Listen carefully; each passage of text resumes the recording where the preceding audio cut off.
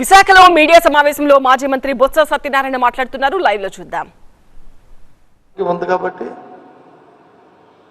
ఆయన వస్తే ఈ రాష్ట్రానికి ఈ జిల్లాకో ఈ జిల్లాకి ఉత్తరాంధ్ర ప్రాంతానికో ఒక మంచో మేలో ఏదో ఒక అనౌన్స్మెంట్ వస్తుందని ఆశిస్తూ అందరం కూడా ఉంటాం.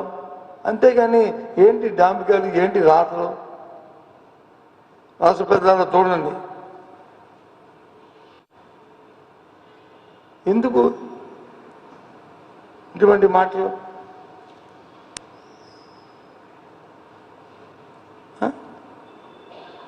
కాదు కదా. చంద్రబాబు నాయుడికి తెలియదా? ఇప్పుడు ఈ మంత్రులకి వీళ్ళకంటే తెలియదు వాస్తవం. సరే అదేదో మాట్లాడుతున్నారు, అధికారంలో ఉన్నాం కాబట్టి ఏదో మాట్లాడాలి కాబట్టి చంద్రబాబు నాయుడికి వాస్తవం తెలుసు కదా. ఈ పత్రిక అధిపతులకి పత్రికలో ఉన్న వాళ్ళకి వీళ్ళకి వాస్తవాలు తెలుసు కదా. వీళ్ళు ఇప్పటి నుంచి ఉన్న వాళ్ళకి కొత్త వచ్చినవి కాదు కదా, వీళ్ళకి తెలుసు కదా.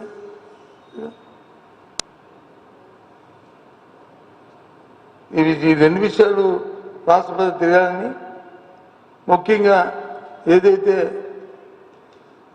ఈ పత్రికలోనూ అందులోనే సరే ఒక వెహికల్ మెనమన్నారు, రెండో వెహికల్ ఒక క్యాబినెట్ ర్యాంక్ ఉన్న మా వ్యక్తిని రెండు వెహికల్ ఎప్పుడు నేను రెండు వెహికల్లో తిరుగుతాను. నేనేమైనా ఊరేగింపుకి వెళ్ళడానికి వెళ్తున్నామా? ఏ విధంగా అడ్డుతారండి? ఎవరు ఇచ్చారండి హక్కు? మీరు వెళ్ళడానికి హక్కు ఉంది, నాకు ప్రాజెక్ట్ హక్కు.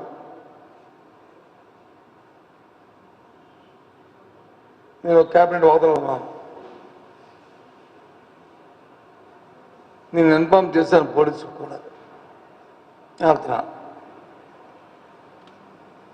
అందుకే నేను రేపు గవర్నర్ గారు కూడా ఈ విధంగా ఉంది రాష్ట్రంలో ఉన్న ఈ ప్రభుత్వ పాలన వ్యవస్థను చేతితో తీసుకొని ఏ విధంగా మనుషుల్ని అవమానపరచాలి, ఏ విధంగా వాళ్ళని కించపరచాలి, ఏ విధంగా అడ్డంకులు సృష్టించాలని ఈ కార్యక్రమాన్ని చేస్తున్నారు. ఇది సమంజసం కాదు మీ ప్రభుత్వ పరిపాలన. ఎందుకంటే దిస్ మై గవర్నమెంట్ అంటాడు గవర్నర్ గారు. మీ ప్రభుత్వం సంప్రదాయం కాదు.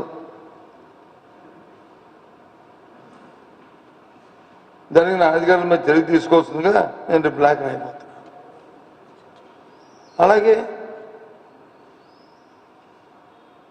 వాళ్ళ మీద అక్కడ మా పెద్దల మీద, మా కార్యకర్తల మీద అక్కడ ఏదైతే అటెంప్ట్ మర్డర్ కేసు పెట్టారో చాలా దురదృష్టం, దుర్మార్గమైన చర్యది. మళ్ళీ పునఃపరిశీలించి దాన్ని విత్డ్రా చేసుకోవాల్సిందిగా ప్రభుత్వాన్ని డిమాండ్ చేస్తున్నాను. ఇది మంచి సాంప్రదాయం కాదు. ఉందామంటే అందమ్మా అని తర్వాత ఇది చెడు సాంప్రదాయానికి ఇది ఇప్పటికే మీరు వ్యవస్థను పాడు చేస్తారు, ఇంకా వ్యవస్థను పాడు చేయకండి అని నేను కోరుతున్నాను.